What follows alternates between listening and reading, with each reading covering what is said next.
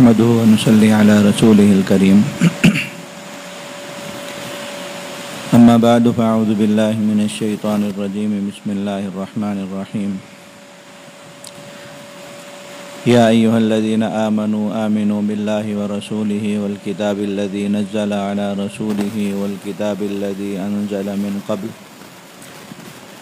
ومن يكفر بالله وملائكته وكتبه ورسله واليوم الآخر فقد ضل ضلالا بعيدا. وعن معاذ بن جبل رضي الله تعالى عنه قال قال رسول الله صلى الله عليه وسلم ما من عبد يشهد أن لا إله إلا الله وأن محمد رسول الله إلا حرمه الله على النار. صدق الله مولانا العظيم وصدق رسوله النبي الكريم.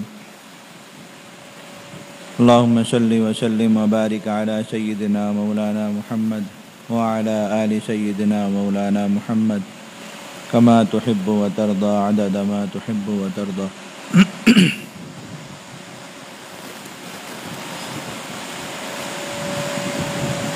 اللہ رب العزت نے قرآن مجید میں سب سے زیادہ جس چیز کا امر فرمایا اور حکم دیا اور سب سے زیادہ جس چیز کی اہمیت کو بیان فرمایا وہ ایمان کی نعمت اور ایمان کی دولت. اللہ تعالیٰ کی جتنی بھی نعمتیں انسان پر ہیں یہ واقعی اس کے حق میں نعمت ہیں یا نہیں، اس کا فیصلہ اسی بات پر موقوف ہے کہ وہ شخص ایمان رکھتا ہے یا نہیں رکھتا. اگر ایک شخص کے پاس ایمان نہیں ہے، وہ اللہ رب العزت کو نہیں مانتا اور جو عقیدہ جسے ایمان اور اسلام کہا گیا اس کا حامل نہیں ہے، اس کو نہیں یقین رکھتا اس کا، تو دنیا کی ساری بادشاہت، دنیا کی ساری دولت، دنیا کے تمام اعلیٰ ترین مناصب اور جو کچھ بھی ایک انسان کی خواہش دنیا میں ہو سکتی ہے اس کو بہت اعلیٰ درجے پر یہ سب کچھ مل جائے، تو اس کے حق میں کوئی بھی چیز ذرہ برابر بھی نعمت نہیں کہلائے گی. نعمت اس لیے کہ نہ تو اس کی زندگی ایسی ہے جس پر رش کیا جا سکے، اور آخرت تو اس شخص کی اس قدر زیادہ برباد اور اس قدر زیادہ ہولناک ہے کہ اللہ رب العزت کی وہ مخلوقات جو ہم سے ہماری آنکھوں سے بھی اوجھل ہیں وہ بھی اس سے پناہ مانگتے ہیں اس کے انجام سے.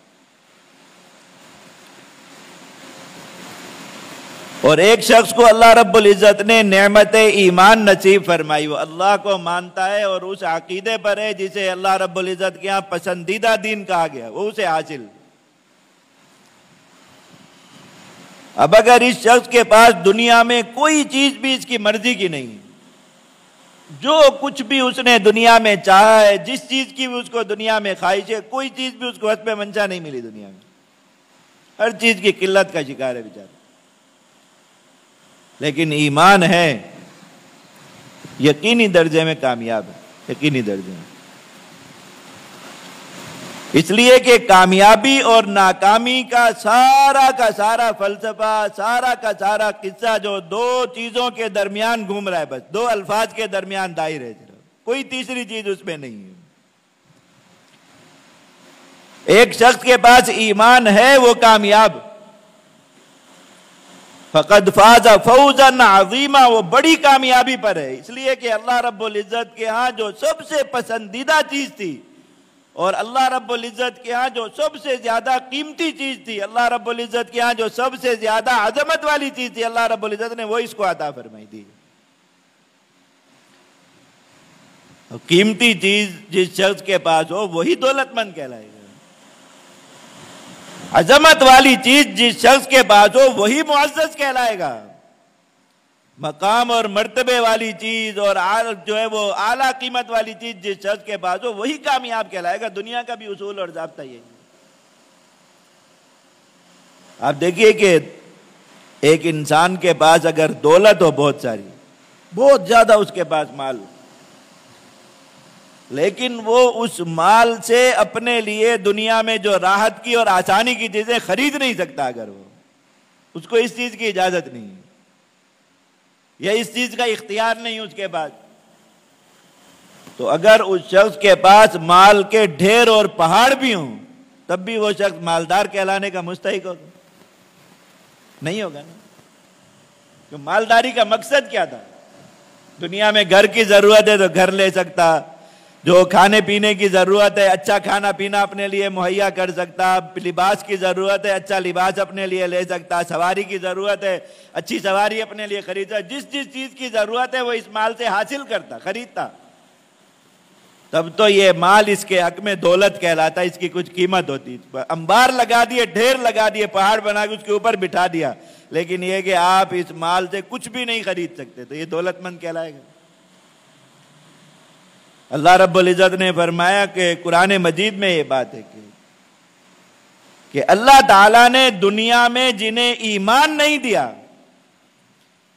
وہ اپنی ساری کی ساری دولت اللہ رب العزت کے حضور پیش کر کے صرف اتنی خواہش کریں گے کہ ایک لمحے کے لیے سایہ مل جائے، اس کے بدلے میں نہیں ملے گا.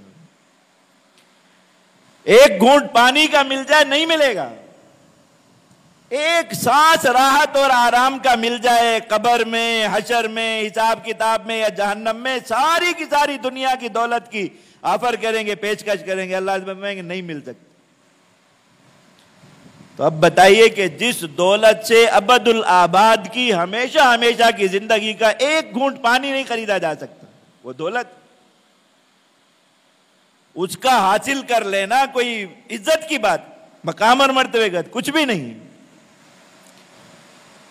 اور یہ ایمان ہے. دیکھیے ایمان، کلمہ لا الہ الا اللہ محمد الرسول اللہ، اللہ تعالی کے پسندیدہ دین کی طرف نسبت. جنت کی جتنی نعمتیں اللہ رب العزت نے بنائی، قبر کا جتنا آرام ہے، حشر کی جتنی عزت ہے اور وہاں کی راحت ہے، اور جنت کی جتنی نعمتیں ہیں، ساری کی ساری نعمتوں کی قیمت، ساری کی ساری نعمتوں کا ثمن بدلہ یہی کلمہ لا الہ الا اللہ محمد الرسول اللہ. دولت تو اسے کہتے ہیں نا. میں اللہ رب العزت نے جس کو یہ چیز عطا فرمائی حقیقی معنی میں کامیاب ہو سکتا، وہ دنیا میں بھی اس چیز کی وجہ سے کامیاب ہے. میں فَلَنُحْيِيَنَّهُ حَيَاتًا طَيِّبَةً، اللہ رب العزت اس کو پاکیزہ زندگی دنیا میں عطا فرماتے. کس چیز کی وجہ سے؟ اس ایمان کی وجہ سے. اور آخرت کی کامیابی کا سارا مدار، ساری جو بنیاد آخرت کی کامیابی کی وہ ایمان ہے، لا الہ الا اللہ محمد الرسول اللہ. اگر ایمان نہیں ہے تو اس موت کے بعد، اس دنیا سے گزر جانے کے بعد جب عالم آخرت کے مراحل شروع ہونے والے ہیں، ان میں کسی جگہ پر کوئی آرام نہیں ہے، کوئی راحت نہیں، کوئی سکون نہیں ہے. اب افلاس ہی افلاس ہے، تنگی تنگی، پریشانی پریشانی، اور وہاں کوئی چیز وہ ملنے والی نہیں. تو میں اس لیے حقیقت سمجھو اس بات کو. اگر کوئی شخص یہ سمجھتا ہے کہ دنیا میں مال کا پا لینا بڑی کامیابی ہے، تو کیا قارون دنیا سے کامیاب چلا گیا؟ اللہ رب العزت نے اس کو ناکامی کی مثال بنایا. اگر دنیا میں اقتدار کا پا لینا بڑی کامیابی ہے تو کیا فرعون دنیا سے کامیاب گیا؟ اللہ رب العزت نے اس کو ناکامی کی مثال بنایا. ایسی حکومت اور سلطنت کا مالک جس میں کوئی اپوزیشن ہوتی نہیں، وہ صرف دنیا کے حساب سے حکمران نہیں مانا جاتا تھا، اور اس کی عزت اس کے ماننے والے صرف اس بنیاد پر نہیں کرتے تھے کہ ہمارا بادشاہ ہے. انہوں نے تو معاذ اللہ اس کو خدائی کا، رب العالیٰ کا درجہ دے رکھا تھا کہ سب سے بڑا خدا بھی یہی. آپ سوچئے کہ اس نے اس بادشاہت پر بیٹھ کر کتنی عزت لوگوں سے حاصل کی ہوگی. لیکن کیا وہ کامیاب گیا اتنی عزت اور اتنا بڑا منصب پانے کے بعد؟ اللہ رب العزت نے اس کو ناکامی کی مثال بنایا. دنیا میں اپنی مرضی کی، اپنی خواہش اور اپنی جو ہے وہ اس کے مطابق اپنے لیے ایک پوری دنیا آباد کر کے ایک شخص، یہ شداد بادشاہ، نمروز بادشاہ جسے ہم کہتے ہیں، کامیاب گیا دنیا سے؟ نہیں گیا. اور دیکھو اللہ کے بندے اللہ کی خاطر قربان ہو کر زمین میں دفن ہو رہے ہیں، اور اتنا سا کپڑا صرف میسر ہے کفن دینے کے لیے کہ سر ڈھانپے تو پاؤں کھل جاتے ہیں، پاؤں ڈھانپے تو سر کھل جاتے ہیں۔ اور اللہ رب العزت ان کو کامیابی کا صرف یہ نہیں فرما رہے کہ یہ کامیاب ہو گئے، اللہ رب العزت یہ فرما رہے کہ کامیابی کا نمونہ یہی ہے، کامیابی کی مثال یہی ہے، کامیاب صرف وہ ہے جو ان کی طرح دنیا سے جائے گا۔ جس کو کامیابی چاہیے انہی کے قدموں میں آ کر بیٹھنا پڑے گا، جس کو کامیابی چاہیے انہی کے راستے کو اختیار کرنا پڑے گا، انہی کے راستے پر چلنا پڑے گا۔ اللہ رب العزت ان کو اصل بادشاہ یہ ہیں، اصل عزت والے یہ ہیں، اللہ رب العزت کے اصل پیارے مقام والے مرتبے والے لوگ ہی اصل کامیاب اور کامیابی کی مثال دنیا میں۔ فرق کیا ہے؟ اللہ رب العزت نے ایک کو ایمان نصیب فرمایا، ایک کو ایمان نہیں دیا، اس کے علاوہ کوئی فرق نہیں۔ باقی یہ سب چیزیں ان کی اللہ رب العزت کے ہاں کوئی قیمت ہے ہی نہیں، کوئی قیمت ہوتی تو کسی شمار میں آتی نہیں۔ جب یہ بات فرما دی کہ ساری دنیا اللہ رب العزت کے سامنے ایک مچھر کا پر نہیں، تو اب اس دنیا کا وزن کیا ہے، اس دنیا کی تول کیا ہے، اب اس دنیا کا قصہ کیا ہے، افسانہ کیا، کچھ بھی نہیں، وہ تو لاشیں ہو گئی اللہ رب العزت۔ تو دو ہی چیزیں رہ گئیں کہ ایمان ہے یا ایمان نہیں ہے، بس۔ اللہ رب العزت کسی شخص کو ایمان کے ساتھ بادشاہت دے دیں، ایمان کے ساتھ دنیا کے ڈھیر اور انبار اس کے قدموں میں رکھ دیں، ایمان کے ساتھ اللہ رب العزت اس کو دنیا میں بڑے بڑے مناصب عطا فرما دیں، پھر بھی وہ کامیاب۔ اور اللہ رب العزت ایمان کے ساتھ کسی کو ساری زندگی فقر و فاقہ میں رکھیں، کسی کو ساری زندگی بیماری میں رکھیں، ساری زندگی تنگی میں رکھیں، ساری زندگی قید میں رکھیں، ساری زندگی دشمنوں کے محاصروں میں رکھیں، ساری زندگی اس کی تکلیفوں میں گزر جائے، پھر بھی کامیاب۔ تو معلوم ہے کہ اس کی کامیابی اور ناکامی کا تعلق اس کے بعد دنیا ہونے، منصب ہونے، مقام ہونے سے تھا ہی نہیں۔ مدار اس چیز پر تھا کہ جو چیز بھی اس کو باقی زائد اوپر ملی وہ ایمان کے ساتھ ملی یا ایمان کے بغیر ملی، اس چیز کو دیکھو۔ حضرت سیدنا عمر رضی اللہ تعالیٰ عنہ، حضرت سیدنا امیر معاویہ رضی اللہ تعالیٰ عنہ، یہ ایسی اتنی بڑی بڑی اللہ تعالیٰ کی زمین پر حکمرانی کی ہے کہ آج کل کے بادشاہ جرا وہ زمین ناپیں تو ان کو چکر آ جائے، لیکن وہ اتنی بڑی بادشاہت کے ساتھ بھی دنیا سے کامیاب گئے نا، رضی اللہ عنہم ورضوا عنہ کے تمغے پا کر گئے۔ کیوں؟ اصل چیز انہوں نے کیا سمجھا کہ اللہ نے ہمیں ایمان دیا ہے، اس کے بعد اللہ نے بادشاہت بھی دے دی، انہوں نے اس کو ایمان کے تابع رکھا کہ یہ تو ایک زائد چیز تھی جو اللہ نے ہمیں دے دی، اصل چیز یہ ہے کہ اللہ نے ہمیں ایمان دیا۔ حضرت سیدنا عثمان غنی رضی اللہ تعالیٰ عنہ، حضرت سیدنا عبد الرحمن ابن عوف رضی اللہ تعالیٰ عنہ، سیدنا زبیر رضی اللہ تعالیٰ عنہ، ان کی مالداری کے قصے بڑھے۔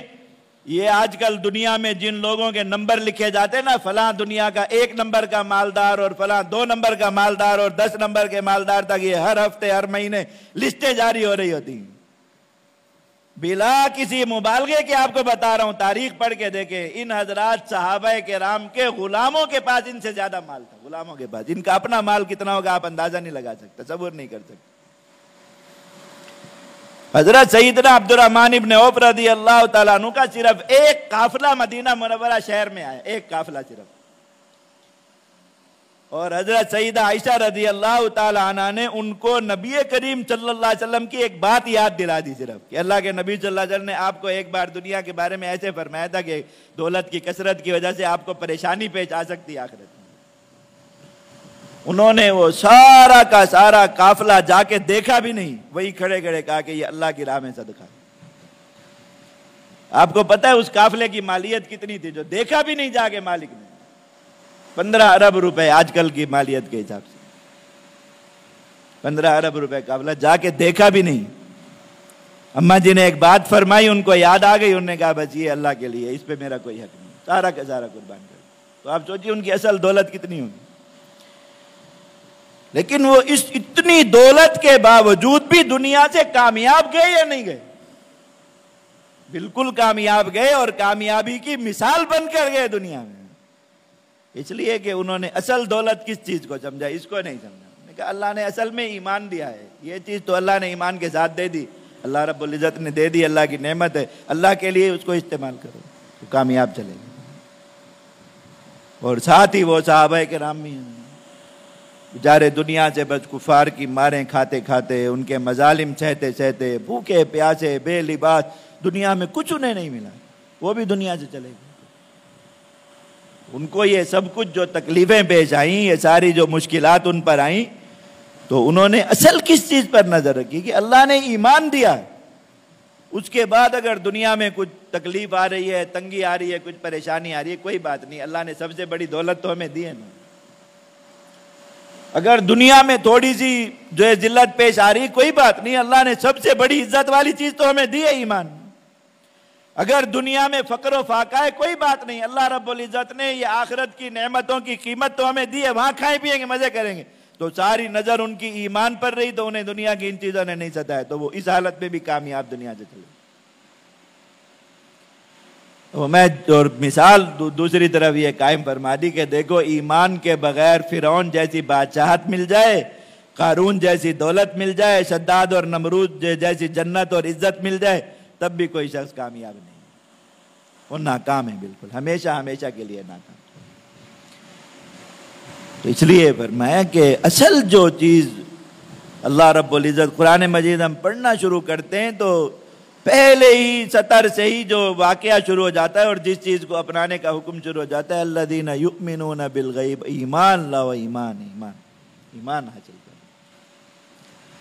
ایمان کو سیکھو، ایمان کو سمجھو، ایمان کو اپنے دل میں اتارو، ایمان کی تکمیل کرو، ایمان کی تجدید کرو، اور سب سے بڑی چیز یہ ہے کہ ساری زندگی اس کی حفاظت کی فکر میں گزارو کہ یہ دولت اگر چھن گئی خدا نہ خواستہ تو پھر کچھ نہیں بچا، اور اگر تم اسے بچا لے جانے میں کامیاب ہو گئے تو کوئی نقصان نہیں ہوا دنیا میں۔ اگر اس کے بدلے میں اپنی جانیں چلی گئیں، اولادیں قربان ہو گئیں، کچھ بھی ہو گیا، جسم کے ٹکڑے ٹکڑے ہو گئے، خون بہہ گیا، سارا جسم تکلیفوں کی وجہ سے بھر گیا، زخموں سے بھر گیا، کوئی نقصان نہیں ہوا، اگر تم اس کو دنیا سے ثابت اور بچا لے جانے میں کامیاب ہو گئے۔ اس لیے کہ سب سے بڑا چور، سب سے بڑا ڈاکو وہ تو تمہاری اس دولت کو چھیننے کے پیچھے، چیلنج کر کے پیچھے، اور اللہ رب العزت نے اس کو مہلت بھی قیامت تک دے دی۔ ہمارے امتحان کے لیے اللہ نے اس کو مہلت بھی قیامت تک عطا فرمائی، جیتا رہے گا، زندہ رہے گا۔ بہت بڑا لشکر عطا فرما دیا، ان گنت ملازم اور خادم اس کو دے دیے، جن کے ذریعے وہ اپنے اسی چیلنج کو پورا کرنے میں لگا رہے گا۔ اس نے اللہ رب العزت کو کھڑے ہو کے چیلنج کر کے کہا کہ مجھے چھوڑ دے اس انسان کے مقابلے میں، لَأَحْتَنِكَنَّ ذُرِّيَّتَهُ إِلَّا قَلِيلًا، میں اس آدم علیہ السلام کی اکثر اولاد کو اپنے قابو میں کر کے دکھاؤں گا، اپنے قابو میں لے کے دکھاؤں گا۔ اللہ رب العزت نے بھی چھوڑ دیا، ساتھ ایک بات فرما دی، یاد رکھنا، ان عبادی لیس لک علیہم سلطان، جو اتنی بات سمجھ لے گا کہ وہ میرا بندہ ہے، اس پہ تیرا زور نہیں چلنے دے۔ اللہ رب العزت نے انسانوں کی ایک جماعت کو، حضرت آدم علیہ السلام کی اولاد کے ایک حصے کو اپنی پناہ میں لے لیا، محفوظ زرہ میں لے لیا، فرمایا کہ ایک بات وہ سمجھ لیں، صرف ایک بات، صرف ایک لقب اپنے لیے اختیار کر لیں، صرف ایک چیز میں اپنے لیے عزت سمجھ لیں، ان پہ تو میں تیرا زور ہرگز نہیں چلنا۔ وہ کیا؟ ان عبادی، جو یہ سمجھے گا نا میں اللہ کا بندہ ہوں، وہ امان میں آ گیا، وہ بچ گیا۔ جس نے اپنے آپ کو کچھ سمجھا ہے کہ میں خود کچھ ہوں، میں مستقل بذات ہوں، میں آزاد ہوں، میں خود اپنے فیصلے کرنے کے لیے دنیا میں آیا ہوں، اپنی مرضی کی زندگی جینے کے لیے دنیا میں آیا ہوں، جو آزاد رہا تو جان اور وہ جان۔ آزاد لوگوں پر چھوڑ دیا اللہ رب العزت نے شیطان کو کہ مزے لو ان کی آزادی کے تم۔ جس نے یہ کہا نا نہیں یا اللہ میں آزاد نہیں ہوں، میں غلام ہوں، میں تابع ہوں، میں نوکر ہوں، خادم ہوں، بس میری اپنی کوئی مرضی نہیں، میری اپنی کوئی رائے نہیں۔ اللہ رب العزت نے اس کو پیدا کرنے سے بھی پہلے شیطان کو بتا دیا کہ یہ میری پناہ میں، اس پہ تو اپنا زور چلا کے دکھا، تیرا زور اس پہ نہیں چل سکتا۔ یہی عبدیت کیا ہے؟ عبادی، اللہ کے بندے، وہ کون ہے جنہوں نے اپنی زندگی کی نسبت، اپنی زندگی کا رخ، اپنی زندگی کی سمت اللہ کی طرف کر لی کہ زندگی ہماری اپنی ہے ہی نہیں۔ اپنا تعارف صرف کس چیز کو بنایا کہ ہم اللہ کے ہیں۔ اللہ، اور یہ تعارف کس چیز سے ظاہر کرتا ہے ایمان کا؟ اللہ پر اس کا ایمان، اس ایمان کے ذریعے وہ آ جاتا ہے اللہ کے بندوں کی صف میں۔ اور پھر اللہ رب العزت جب دیکھتے ہیں کہ یہ بندہ ایمان کی قدر کر رہا ہے، ایمان کو ایک واقعی بڑی نعمت سمجھ رہا ہے، اس ایمان کی حفاظت کی فکر کر رہا ہے، اس ایمان کو کامل کرنے کی فکر کر رہا ہے، بچانے کی فکر کر رہا ہے، اللہ رب العزت اسے بچاتے ہیں۔ اور جسے اللہ رب العزت یہ دولت، یہ نعمت عطا فرما دے، اس کے بعد وہ اس کی ناقدری کرے، اس کو زندگی بھر اس چیز کی فکر نہیں ہے کہ میں نے ایمان کا دعویٰ کیا، میں کبھی پتہ تو کرتا کہ ایمان ہے کیا، کبھی اس کو سیکھنے کی کوشش تو کرتا۔ میں نے دعویٰ کر دیا کہ میں مومن ہوں تو میں اس ایمان کو کامل کرنے کی فکر کرتا، میں اس ایمان کو بار بار تازہ کرتا، اور میں اس ایمان کو اس چور اور ڈاکو سے بچانے کی کوشش کرتا، فکر کرتا اس کی۔ اس نے یہ سب کچھ ترک کر دیا، اللہ رب العزت اس کو چھوڑ دیتے۔ نسوا اللہ، لوگ اللہ کو بھولے، اللہ کے بندے تھے، اللہ کو بھولے، اپنے مالک کو بھولے، فنسیہم، اللہ بھی ان کو بھول گیا۔ اللہ رب العزت نے بھی چھوڑ دیا کہ جاؤ پھر تم خود بچ کے دکھاؤ۔ بچے گا کون؟ جس کو اللہ بچائے گا، اور اللہ کسے بچائے گا؟ عبادی، جو ساری زندگی اس شرف اور عزت کے ساتھ گزاریں گے کہ ہم اللہ کے بندے غلام ہیں، اللہ ان کو بچائے گا۔ اور جو اپنا یہی تعارف بھول جائے گا، اللہ رب العزت اسے چھوڑ دے گا۔ اب ایمان کے باب میں تین چیزیں ضروری ہر مسلمان کے لیے جو مرتے وقت ایک لڑائی کو جاری رکھیں۔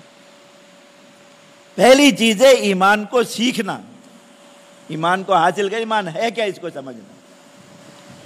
ایک مسلمان پیدا ہوتا ہے مسلمانوں کے گھر میں تو پیدائشی ایک مسلمان ہو گیا، اور مر جاتا ہے، قبر میں اتر جاتا ہے، بوڑھا ہو کے ساری زندگی اس کو یہ پتا ہے، ساری زندگی اس کو ایمان اللہ اور اس کے رسول کو ماننے کا نام ہے مجھ لا الہ الا اللہ محمد الرسول اللہ ایمان۔ اس سے آگے اس نے ایمان کا علم حاصل نہیں کیا، ٹھیک ہے نہیں۔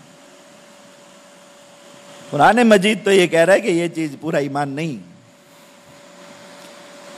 دیکھو ایمان کیا ہے، کتنا ایمان سیکھنا ضروری ہے۔ جگہ جگہ حدیث لکھ دیتے دیواروں پہ، طلب العلم فریضۃ، علم کا حاصل کرنا فرض ہے ہر مسلمان۔ یہ آپ کو پتا ہے کہ کون سے علم کا حاصل کرنا فرض؟ یہ بات بتانے کے لیے اللہ نے آسمان سے حضرت جبرائیل علیہ السلام کو زمین پر انسانی شکل میں بھیجا، اللہ کے نبی صلی اللہ علیہ وسلم کی خدمت، اور ایک ایسا واقعہ بنا، ایک ایسا منظر بنایا کہ جو لوگ اس وقت میں وہاں مجلس میں موجود تھے ان کی کسی اور طرف توجہ ہی نہیں جا رہی، ایسے ایسے کام اس میں ہو رہے ہیں، اوپرے کام بالکل نہیں، تاکہ ہر کوئی اس منظر کو اچھی طرح ذہن نشین کرے اور آگے پہنچائے۔ حضرت جبرائیل علیہ السلام انسانی شکل میں آئے، اجنبی آدمی ہے، مدینہ منورہ کی بستی میں، لازم بات ہے کہ دور دراز سے سفر کر گیا، چھوٹی سی بستی ہے، رہنے والے سب ایک دوسرے کو جانتے ہیں۔ حضرت عمر رضی اللہ عنہ فرماتے ہیں کہ اجنبی آدمی آیا اور ایسے اس نے اجلے سفید کپڑے پہنے ہوئے، کوئی اس پر سفر کا اثر نہیں، تو ہم حیران ہو رہے ہیں کہ اجنبی آدمی آیا ہے، سفر کر کے آیا، تو اتنا صاف ستھرا کیسے آ گیا؟ کوئی جہاز پہ بیٹھ کے تو نہیں آیا، گھوڑے یا اونٹ پہ آیا ہوگا، صحرا کا سفر ہے۔ تو سب متوجہ ہیں کیسا عجیب آدمی ہے۔ پھر اللہ کے نبی صلی اللہ علیہ وسلم کی خدمت میں ہے تو سب کو پھلانگتے پھلانگتے نبی کریم صلی اللہ علیہ وسلم بالکل ساتھ جا کے گھٹنے سے گھٹنا جوڑ کے بیٹھ گئے۔ آپ صلی اللہ علیہ وسلم کے سامنے ایسے کوئی نہیں کرتا تھا، جو بھی آتا تھا جہاں مجلس میں جگہ ہوتی وہاں بیٹھ جاتے۔ اب سب اور زیادہ متوجہ ہے، یار عجیب آدمی ہے، کیسا کام کر۔ پھر اللہ کے نبی صلی اللہ علیہ وسلم کو نام لے کے پکارا، حضور کا نام لے کے کوئی نہیں پکارتا تھا صحابہ کرام میں سے، اب اور زیادہ سب حیران۔ پھر سوال کیا، پہلا سوال مل ایمان، مجھے یہ بتائیے کہ ایمان کیا ہے جسے حاصل کرنے کا حکم اللہ نے ہمیں دیا۔ پہلا سوال یہ مل ایمان، ایمان بتائیے۔ تو اللہ کے نبی صلی اللہ علیہ وسلم نے یہ نہیں فرمایا کہ تم لا الہ الا اللہ محمد الرسول اللہ کہہ دو، یا تم اشہد ان لا الہ الا اللہ و اشہد ان محمد عبدہ و رسولہ کہہ دو، نہیں۔ میں ایمان یہ ہے کہ تم اللہ کو مانو، اللہ کے تمام انبیاء کو مانو، اللہ کی تمام کتابوں کو مانو، اللہ کے تمام فرشتوں کو مانو، اللہ رب العزت کی طرف سے تقدیر اچھی یا بری اس کے ہونے کا عقیدہ رکھو، موت کو مانو، موت کے بعد زندہ کیے جانے، موت اور موت کے بعد زندہ کیے جانے کو مانو، اور آخرت کے دن کو مانو۔ تو 7 بنیادی عقائد جو دین اسلام کی بنیاد ایک طرح سمجھے اسلامی عقیدے کے، وہ 7 عقائد بیان فرمائے۔ پھر ہر عقیدے کے تحت کئی عقائد۔ اب آسمان سے ایک بندہ بتانے کے لیے آ رہا ہے کہ یہ علم حاصل کرنا ہر مسلمان پر فرض ہے کہ ایمان ہے کیا، اس کو سیکھنا ہے۔ ساری زندگی اس نے یہ پہلا مرحلہ ہی طے نہیں کیا ایک مسلمان کہ وہ ایمان کو سیکھنے کی فکر تو کرتا۔ اتنی بات ہے اللہ کے نبی صلی اللہ علیہ وسلم، اور قرآن مجید میں ایک آیت پڑھی اللہ تعالیٰ نے، میں ایمان والو ایمان کی تجدید کرتے رہا کرو، ایمان کو تازہ کرتے رہا کرو۔ کس چیز پر؟ آمنوا باللہ ورسولہ والکتاب الذی نزل علی رسولہ والکتاب الذی انزل من قبل۔ یہ جو آپ قرآن مجید پڑھنا شروع کرتے ہیں، الذین یؤمنون بالغیب وَيُقِيمُونَ الصَّلَاةَ وَمِمَّا رَزَقْنَاهُمْ يُنْفِقُونَ وَالَّذِينَ يُؤْمِنُونَ بِمَا أُنزِلَ إِلَيْكَ وَمَا أُنزِلَ مِن قَبْلِكَ وَبِالْآخِرَةِ هُمْ يُوقِنُونَ۔ اللہ تعالیٰ یہاں بھی فرما رہے ہیں، دیکھو ایمان لانا اللہ پر، اور جو چیزیں نظر نہیں آتی اللہ رب العزت کا جو ان کا وجود بتایا گیا ان پر، جو غیب ہیں جو چیزیں، اور آخرت کے دن پر ایمان لانا ہے، اس کتاب پر ایمان لانا ہے، اس سے پہلے نازل کی گئی کتابوں پر ایمان لانا ہے۔ یعنی ایمان ایک پورا پیکیج ہے، ایک پورا نصاب ہے، اس کو سیکھنا ہے، حاصل کرنا ہے۔ اب ایمان کی اس سے بڑی ناقدری ایک مسلمان کی طرف سے اور کیا ہوگی کہ اس نے ساری زندگی ایمان کو سیکھنے کی کوشش ہی نہیں کی۔ پتہ تو کرتا کہ ایمان ہے کیا، اس نے ایمان کی قدر کیا کی، اس نے ایمان کی قیمت کیا سمجھی۔ دنیا کی کوئی ایسی چیز ہو کہ انسان کو تھوڑا سا اس میں نفع اپنا نظر آ رہا، تھوڑا سا، کہ اگر یہ چیز حاصل سیکھ لوں گا تو تھوڑی سی دنیا کے حساب سے ترقی ہو جائے گی، تھوڑا نوکری میں میرا گریڈ جو ہے وہ پروموٹ ہو جائے گا، پروموشن ہو جائے گی میری، تو کوئی عمر نہیں دیکھتا انسان، کوئی مصروفیات نہیں دیکھتا انسان، وقت بھی نکل آتا ہے، عمر بھی اجازت دے دیتی ہے، ساری مصروفیات میں سے بھی اس کے لیے جو ہے وہ نکل آتا ہے، کیا اس کے ساتھ دنیا کا ایک تھوڑا سا مفاد وابستہ۔ اور جس چیز کے ساتھ ہمارا سارا کا سارا مفاد وابستہ ہے، ساری کی ساری کامیابی، ساری کی ساری عزت، ساری کی ساری نجات جس چیز کے ساتھ وابستہ ہے، ساری زندگی ایک مسلمان کے پاس وقت نہیں ہے جا کے یہی ہے کہ 7 جو عقیدے ہیں اسلام کے بنیادی، انہی کی تھوڑی تفصیل سیکھ لیتا کہ 7 عقائد جو اللہ نبی کریم صلی اللہ علیہ وسلم نے ایمان کی تعریف میں ارشاد فرمائے، اور یہ بات ہمیں سکھانے کے لیے اللہ نے آسمان سے فرشتہ بھیجا۔ اللہ کے نبی صلی اللہ علیہ وسلم خود منبر پہ بیٹھ کے حضرات صحابہ کرام کو بتا دیتے کہ بھائی ایمان ان 7 چیزوں کا نام ہے، ان کو پھر بھی بات ذہن نشین ہو جاتی، لیکن یہ اتنا سارا واقعہ کیوں بنایا جا رہا ہے، اور اس میں سارا کچھ ایسا کیوں ہو رہا ہے نا کہ ہر ایک کی توجہ اس بات پر مرکوز ہو جائے کہ ایک سب سے ضروری بات بیان ہونے والی ہے جس کا سیکھنا ہر ایک کے لیے ضروری ہے، تو کسی کی توجہ ادھر ادھر نہیں ہے کہ عجیب واقعہ ہو رہا ہے، ہر کوئی اب دیکھ رہا ہے کہ یہ آدمی کیا کر رہا ہے۔ اب اس نے سوال کیا، حضور نے جواب دیا، سب کو بات یاد ہو گئی۔ اب حضرت عمر ہمارے حضور نے اس کو جواب دیا تو وہ آگے سے کہہ رہا ہے صدقتا، آپ کا جواب درست ہے۔ کہا ہم مزید حیران ہوئے کہ خود سائل ہے، اب سائل کو کیا پتا ہوتا ہے، جو آدمی ایک بات پوچھ رہا ہو کسی سے، اس کو پتا نہیں ہے، وہ آگے کسی استاد سے، کسی بزرگ سے، کسی عالم سے پوچھ رہا ہے کہ یہ بتائی، وہ اس کو بتائے تو وہ یہ کہتا ہے کہ آپ نے ٹھیک بتایا، وہ شکریہ ادا کر کے چلا جاتا ہے، وہ آگے سے کہہ رہا ہے نہیں آپ کی بات بالکل ٹھیک، مطلب وہ پہلے سے جانتا ہے۔ تو یہ سوال اس کے لیے نہیں تھا، اور اس نے اپنے لیے یہ سوال نہیں کیا تھا، اللہ نے اس کو بھیجا تھا کہ اس امت کے لیے جا کے سوال کرو تاکہ ان کو پتا چلے کہ یہ وہ علم ہے جس کا حاصل کرنا فرض ہے، تو ہر ایک کو سیکھنا ہے یہ بات۔ دوسرا سوال کیا مل اسلام، ایک آدمی ایمان لے آیا تو اب اللہ رب العزت کی طرف سے احکام اس پر کیا کیا لازم ہو یہ بتائیے۔ اللہ کے نبی صلی اللہ علیہ وسلم نے اس کے جواب میں اس کو اسلام کے جو فرائض ہیں، 4 بنیادی فرائض، وہ ارشاد فرمائے کہ یہ کرو۔ پھر اس نے کہا کہ آپ کا جواب درست ہے۔ پھر تیسری بات پوچھی مل احسان، یہ بتائیے کہ انسان جو عمل کرتا ہے یہ عمل اللہ رب العزت کے ہاں قبول ہو، اس کی کوئی خاص کیفیت ہے؟ وہ کیا ہے؟ اللہ کے نبی صلی اللہ علیہ وسلم نے وہ ارشاد کیا۔ اب یہ نصاب ملا کے دیکھو، ایک مسلمان کو سب سے پہلی جو چیز سیکھنی ہے وہ کیا ہے؟ مل ایمان، ایمان ہے کیا؟ دوسری چیز جو سیکھنی ہے وہ یہ ہے کہ یہ ایمان لانے کے بعد ایمان کے کیا کیا تقاضے ہیں، کیا کیا سوالات ہیں، کیا کیا چیزیں اس ایمان کی وجہ سے مجھ پر لازم ہو گئی، وہ سیکھنی۔ اور تیسری چیز یہ سیکھنی ہے کہ میں ان چیزوں پر عمل کروں اس کیفیت کے ساتھ اور ایسی نیت کے ساتھ کہ میرے وہ عمل پھر اللہ رب العزت کے ہاں قبول بھی ہوں، تلنے کے قابل ہوں، بڑھائے جانے کے قابل ہوں۔ یہ تین علم ہیں جن کا حاصل کرنا فرض ہے ہر مسلمان پر۔ ایمانداری سے سوچئے گا، ایمانداری۔ اللہ تعالیٰ نے ایک بات سمجھانے کے لیے آسمان سے حضرت جبرائیل السلام کو زمین پہ بھیجا، اتنا منظر بنایا، اس بات کو ہم تک اللہ تعالیٰ نے کیسے محفوظ طریقے سے نقل کرا کے بھیجا، کتنا وقت نکالا اب تک کی زندگی میں یہ تین چیزیں سیکھنے کے لیے۔ اور پھر ان میں سے جو پہلی چیز ہے یاد رکھیے، ایمان، جو سب سے حساس پہلو ہے ایمان کے باب میں وہ کیا ہے؟ ایک آدمی نے اگر ایمان نہیں سیکھا، اس کا جو ضروری اور بنیادی علم ہے آج بس یہ لا الہ الا اللہ محمد رسول اللہ، یہی میرا ایمان ہے۔ ایمان یاد رکھیے یہ 7 بنیادی عقائد، اور پھر ان میں ہر عقیدے کے تحت کچھ کچھ عقائد ہیں، اس سارے مجموعے کا نام ایمان۔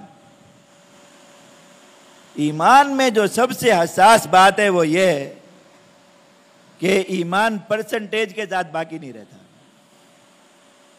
مطلب جیسے دوسری چیز ہے نا آگے دوسرا علم اعمال کا، ایک آدمی کو پتہ ہے اللہ رب العزت کی طرف سے مجھ پہ 100 کام فرض ہیں مثال کے طور پہ، وہ ان میں سے 50 کرتا ہے، 60 کرتا ہے، 70 کرتا ہے، کچھ نہیں کرتا، تو اسی درجے کا عامل کہلائے گا کہ اس درجے دین پر عمل کرنے والا ہے، مومن ہے۔ آگے اس کا عمل اس دین پر کسی کا 50% ہے، کسی کا 60% ہے، کسی کا 90% ہے، کسی کا، تو اس درجے کا مومن ہے، اس درجے کا کامیاب ہے۔ لیکن ایمان کے باب میں کیا ہے؟ اگر یہ 7 چیزیں ہیں اور ان 7 کے تحت جو عقائد بنیادی ملا کے مثال کے طور پہ یہ سمجھ لو کہ 100 عقیدے ہوں، ان میں سے اگر ایک نہیں ہے، ایک 100 میں سے ایک، تو یہ نہیں ہے کہ 99% ایمان ہے، 2 نہیں ہے تو ایسا نہیں کہے کہ 98% ایمان ہے۔ ایمان میں اگر ایک ذرہ بھی نہیں ہے، یاد رکھیے وہ جو ایمان کا پورا نصاب ہے اس میں ایک ذرہ بھی نہیں ہے، اگر پورا کا پورا ایمان نہیں ہے، ذرہ برابر بھی ایمان نہیں، یاد رکھیے۔ سب سے حساس پہلو ایمان کے بعد، اس لیے سب سے پہلا جو علم لازم کیا، سب سے پہلا علم ایک مسلمان کو شعور کی حالت پہ پہنچنے میں کے بعد جو سب سے پہلا جو علم حاصل کرنا فرض ہے، لازم ہے، وہ کیا ہے؟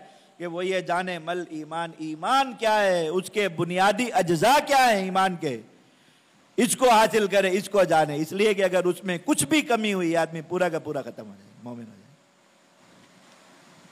مثال کے طور پہ آپ سمجھیے، ہم کہتے ہیں قادیانی کافر ہے، اور ہمارے آئین میں لکھی ہوئی ہے بات، دین میں تو پہلے سے الحمدللہ، بعد میں پاکستان کے آئین میں بھی لکھی گئی۔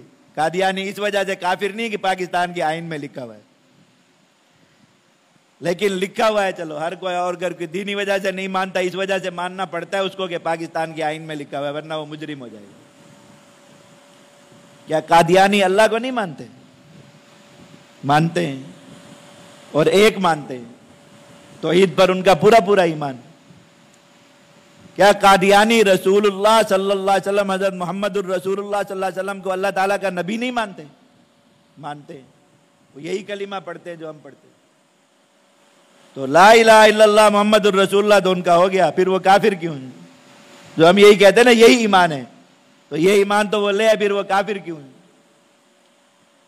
دیکھو، نبوت پر ایمان کے ذیل میں کئی بنیادی عقائد ہیں اور ضروری عقائد ہیں، ان میں سے ایک عقیدہ یہ ہے، اس پورے نصاب میں سے ایک عقیدہ یہ ہے کہ اللہ کے نبی صلی اللہ علیہ وسلم کے بارے میں یہ عقیدہ رکھنا، اللہ کا حکم ہے قرآن مجید میں آیا کہ اللہ تعالیٰ نے ہر طرح کی نبوت اور رسالت کا سلسلہ نبی کریم صلی اللہ علیہ وسلم پر بند فرما دیا، یہ اس نصاب کا ایک ذیلی عقیدہ ہے۔ اس کو نہ ماننے کی وجہ سے اب وہ اللہ کو بھی مانتے ہیں، رسول کو بھی مانتے ہیں، آخرت کو بھی مانتے ہیں، ساری چیزیں وہ مانتے ہیں، لیکن اس کے باوجود وہ مسلمان ہیں اور پورے کافر ہیں۔ ایسا نہیں ہے کہ یہ کہو کہ جو باقی چونکہ 100 میں سے 98 عقیدے تو وہ مانتے ہیں تو وہ صرف 2% کافر ہیں، نہیں، وہ پورے 100% کافر ہیں۔ یہ ہے وہ حساسیت جو ایمان کا علم حاصل نہ کرنے کی وجہ سے کوئی بھی مسلمان اس میں مبتلا ہو جائے۔ صرف ایک بات اپنے اس میں رکھیے اس کی حساسیت کو سمجھنے کے لیے، اللہ کے نبی صلی اللہ علیہ وسلم نے فرمایا کہ میری امت پر یہ وقت ہوگا، ایک آدمی صبح کافر ہے شام کو مسلمان ہے، شام کو کافر ہے صبح مسلمان، بالکل صحیح حدیث۔ کیا مطلب ہے اس کا؟ کیا امت پہ معاذ اللہ ایسا کوئی وقت آئے گا کہ ایک آدمی مسلمان کھڑا ہو کے صبح کہے میں مسلمان ہوں، شام کو کہے میں یہودی یا عیسائی ہو گیا ہوں، پھر شام کہے میں مسلمان ہوں، صبح کہے میں یہودی یا عیسائی ہو گیا؟ ایسا نہیں ہوگا، نہ ایسا ہوا ہے اور نہ ایسا کبھی ہوگا۔ لیکن یہ جو ایک مسلسل ایک انسان کی زندگی میں یہ چیز چل رہی ہے کہ صبح کے وقت مسلمان ہے، اگر اس حال میں مر گیا تو ایمان کے ساتھ اللہ کے حضور پیش ہو، شام کو کافر ہے، اگر اس حال میں مر گیا کفر کے ساتھ اللہ کے حضور پیش ہوئے گا، اس کو پتہ بھی نہیں اس چیز کا۔ حضرات محدثین نے اس حدیث کی شرح میں لکھا کہ یہ صورتحال پیش آتی اس شخص کو جس کو یہ پتہ نہیں کہ ایمان ہوتا کیا ہے۔ اب کوئی غلط بات سنی، کوئی غلط بات کان میں پڑی، کسی نے کوئی غلط عقیدہ بتایا، اس کو پتہ نہیں، اسلام کا چونکہ بنیادی عقیدہ خود اس کو پتہ نہیں، اب اس کے خلاف کوئی بات ذہن میں رکھی تو کافر ہو گیا اللہ کے۔ اگرچہ دنیا میں نام بھی مسلمانوں والا ہے، گھر میں بھی مسلمانوں کے کلمہ بھی پڑھ رہا ہے، سب کچھ، لیکن عند اللہ کافر ہو چکا، مسلمان نہیں۔ اس حال میں اگر مرے گا کفر کے ساتھ جائے گا، ہمیشہ جہنم میں رہے گا۔ پھر پتہ چلا، رجوع کیا، توبہ کی کہ یہ بات تو غلط تھی، اپنا پورا کیا کوئی دوسری بات، کیونکہ شیطان تو لگا ہوا ہے اور شیطان کے پجاری بھی دنیا میں لگے ہوئے ہیں، نئے نئے عقیدے، نئی نئی چیزیں، مسلمانوں کا ایمان چھیننے کے لیے سب لگا ہوا ہے۔ تو اس چیز سے بچ کون سکتا ہے؟ صرف وہی جس نے یہ مل ایمان والا نصاب سیکھا ہوا ہے، اس کو پتہ ہے کہ ایمان کا، اسلام کا بنیادی عقیدہ ہے کیا، تو اس کے خلاف کوئی بات آتی ہے اس کو پتہ چل جاتا ہے کہ یہ غلط بات ہے، وہ اس کو قبول نہیں کرتا، تو وہی بچے گا۔ اب دیکھیں یہی چیز نہ سیکھنے کی وجہ سے ایک مسلمان بس ایمان اور کفر کے درمیانے سے فٹ بال بنا ہوا ہے، کبھی ادھر ہے کبھی ادھر ہے کبھی ادھر ہے، موت کا کوئی پتہ نہیں کس حالت میں آتی ہے، اس وقت میں ایمان پر کھڑا ہوگا یا نہیں کھڑا ہوگا، اس وقت میں خدا نہ خواستہ اگر کفر کی طرف ہوا، اللہ کے نبی صلی اللہ علیہ وسلم میں ایک آدمی 60 سال ایمان پر رہتا ہے، ایمان والے اعمال کرتا ہے، جنت کمانے کے وہ کاجل کرتا ہے، موت ایسی حالت میں آ جاتی ہے اس وقت میں جہنم والوں کی صف میں کھڑا ہوا ہوتا ہے، غالب آ جاتی ہے اللہ کی طرف۔ یہ اسی وجہ سے ہوتا ہے، ایمان نہ سیکھنے کی وجہ سے۔ تو ایمان کے باب میں جو سب سے پہلا فرض ہے وہ یہ کہ ایمان کو سیکھیے بھائی۔ آپ عمر کے کسی بھی حصے میں اتنا مختصر سا نصاب ہے، اتنا مختصر سا نصاب کہ اگر روزانہ صرف 1 گھنٹہ نکالیں اور کسی عالم دین کے پاس جا کے بیٹھیں اسلام کا صرف یہ بنیادی عقیدہ سیکھنے کے لیے، 7 دن میں پورا ہو جائے گا۔ اور اگر کسی دن 7 گھنٹے نکال لیں ایک ہی دن میں تو صبح سے لے کر شام تک آپ پورا اسلام کا عقیدہ سیکھ لیں گے۔ اس کے بعد آپ کو یہ پتا ہوگا کہ ایمان اس نصاب کا نام ہے، یہ مل ایمان کا جواب آپ کو مل جائے گا، یہ جو ایمان فرض کیا گیا۔ تو اب اگر اس کے خلاف کوئی بات سامنے آتی تو بندے کو پتا ہوگا یہ اسلام کا بنیادی عقائد میں نہیں ہے، اس کے خلاف کم از کم اپنے ایمان کی حفاظت کرتے ہیں۔ اس کے بعد جن 2 چیزوں کا حکم فرمایا ان میں ایک چیز ہے ایمان کی تجدید، تکمیل، کہ اب اس ایمان کو کمال تک پہنچانا ہے، اور تیسری چیز ہے ایمان کی تجدید۔ تو جو آدمی ایمان کو سیکھتا ہے اس کو کامل کرنے کی محنت میں لگا رہتا ہے اور بار بار اس کی تجدید کرتا رہتا ہے۔ اللہ کے نبی صلی اللہ علیہ وسلم نے خود حکم فرمایا کہ ایمان کی تجدید کیا کرو، انشاءاللہ اگلے بیان میں کریں۔ اب یہ نصاب کا پہلا حصہ آج بیان ہو گیا کہ پہلی ذمہ داری کیا ہے، ایمان سیکھنا ہے۔ سب سیکھیں گے نا انشاءاللہ، وقت نکالیں ضرور سیکھیں، اس کے بغیر دنیا چلے گئے بہت خطرے میں جائیں گے، یاد رکھیں۔ قرآن مجید میں کچھ لوگ قیامت کے دن کافروں کی صف میں کھڑے ہوں گے، مسلمان ان کو دیکھ کر حیران ہوں گے، وہ کہیں گے یہ تو وہ لوگ ہیں کہ ہم دنیا میں ان جیسا ہونے کی تمنا کیا کرتے تھے کہ ہم بھی کاش ایسے مسلمان ہوتے. یہ تو کافروں میں کھڑے ہوئے ہیں، ان کو پتہ بھی نہیں ہوگا کہ ایک آدمی اپنے اندر کوئی ایسا عقیدہ رکھنے کی وجہ سے کفر پر ہے، وہ خود بھی اپنے آپ کو ساری زندگی مسلمان سمجھ رہا ہے، دوسرے مسلمان بھی اس کو مسلمان سمجھ رہے ہیں، اور وہ وہاں کھڑا ہوا ہوگا. پہلی چیز یہ ہے. پھر آگے ایمان کی تکمیل، اور تیسری چیز ہے ایمان کی تجدید. تو جو آدمی اس محنت میں زندگی بھر لگا رہا وہ انشاءاللہ ایمان کے ساتھ اس دنیا سے رخصت ہو جائے گا، اور جو ایمان لے کر اس دنیا سے رخصت ہو گیا. یہ حضرت معاذ بن جبل رضی اللہ عنہ کی روایت جو خطبے میں پڑھی، اللہ کے نبی صلی اللہ علیہ وسلم نے فرمایا معاذ یہ 3 مرتبہ ان کو آواز دی. یہ بھی دیکھیے حدیث الگ طریقے سے بیان ہو رہی ہے. حضرت معاذ رضی اللہ عنہ بیٹھے، حضور نے 3 بار ان کو آواز دی، ایک ہی سواری پر ساتھ بیٹھے ہوئے تھے.